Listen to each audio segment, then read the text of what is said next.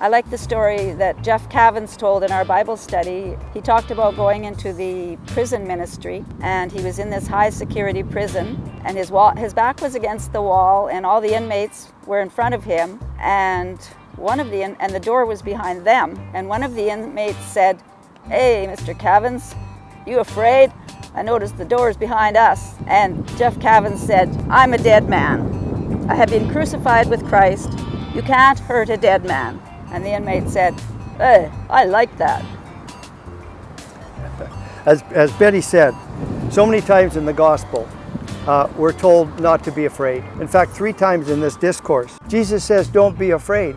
Well, he lived it. He lived it in his life. He was full of anxiety and fear in the Garden of Gethsemane, and his passion was too much for him. He acknowledged this pain before his Father. "My Father, if it is possible, but let this cup pass." But in prayer, he found strength to face his passion. Well, this is what happens to us when we have faith in God and when we bring our anxieties to him through Jesus, who understands our pain and our suffering and tells us, "Do not be afraid." But we bring this in prayer. We bring this in surrender. It's not just a cry out, "Lord, help me." It's a deep prayer. There's a story of a seminarian starting out on his journey towards priesthood, and he went to this abbey, who was a very holy monk and considered very, very holy, a spiritual master.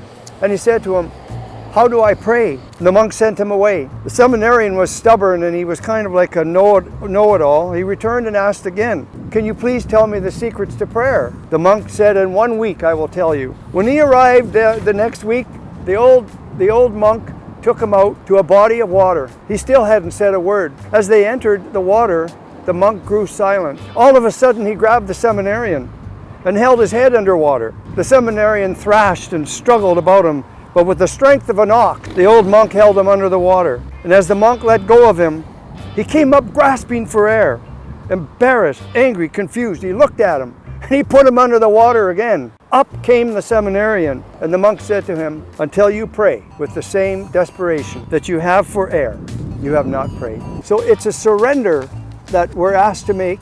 When Jesus says, "Do not be afraid," he's saying, put your trust in me. Not just the hope, "Oh, I hope you do this," or "I hope you do this." No, it's the hope with a capital H that brings us into the heart of Jesus, to the merciful love of the Father, that as that connection is made, then do not be afraid. Our lives are changed. They're totally changed, because it brings us peace, security, forgiveness, and we can move on in a good way. And you know, Jesus calls us as we are. Sometimes we think, "Oh, we have to be at a certain place before we're worthy to enter a church." No, Jesus calls us as we are because he loves us with the heart, with his heart. And he asks us to surrender our heart to him with no judgment, to be called back to the Father. Because it's only in a complete surrender that God can start to fight the battles within us, that God can begin to move in us, because we can't do this on our own. Because it's God's battle, and it was won long ago by Jesus on the cross.